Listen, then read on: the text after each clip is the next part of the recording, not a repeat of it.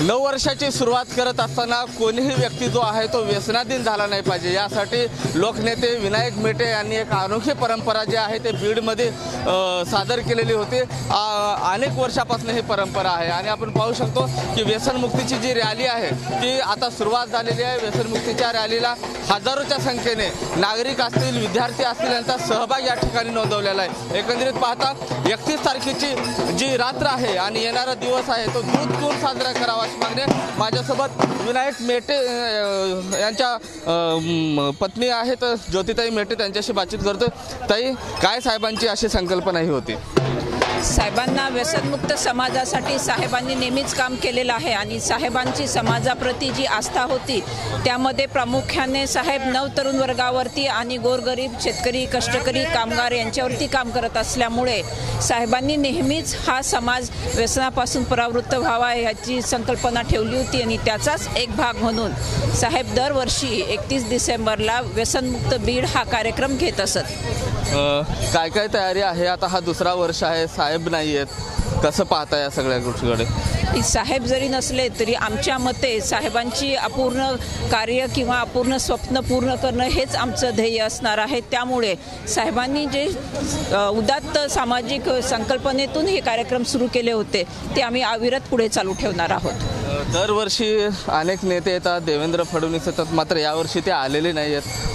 यावर्षी देखील आम्ही त्यांना आमंत्रित केलेलं होतं, परंतु त्यांच्या व्यस्ततेमुळे ते उपलब्ध होऊ शकलेले नाही।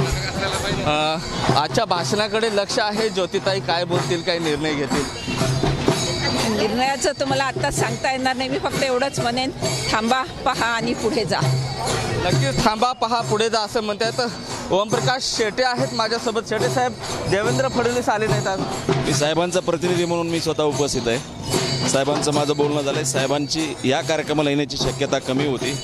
साहेबांचं मेटे साहेबांवरती अतिशय नितांत प्रेम आहे, ते त्यांचा एकही कार्यक्रम आतापर्यंत टाळला नाही, परंतु कार्यकर्ते नाराज आहेत, शिवसंग्रामचे नाराजीचा सूर उमटतो, देवेंद्र फडणवीस आले नाहीत म्हणून। मला वाटत नाही कार्यकर्ते नाराज आहेत, कारण त्यांना माहिती आहे साहेबांच्या जयंतीला असू द्या नाही तर पुण्यतिथीला असू द्या, साहेबांच्या गेल्या वर्षीच्या एवढ्या ह्याच्यामध्ये प्राप्त परिस्थितीमध्ये साहेब मुद्दामून आले होते।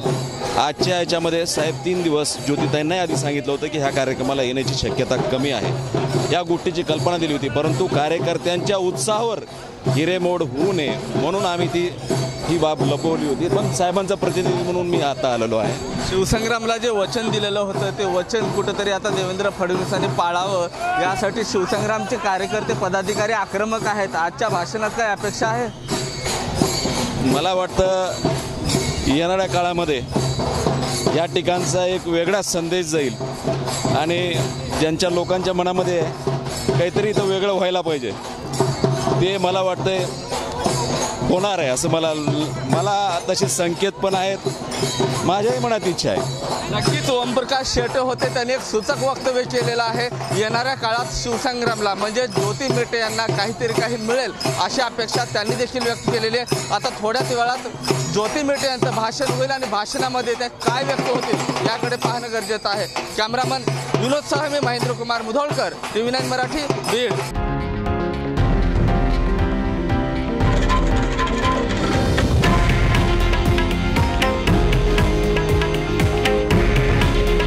हे आहे देशातील नंबर 1 न्यूज नेटवर्क आणि आपण पाहत आहात TV9 मराठी। काळजी तुमची, हित महाराष्ट्राचं।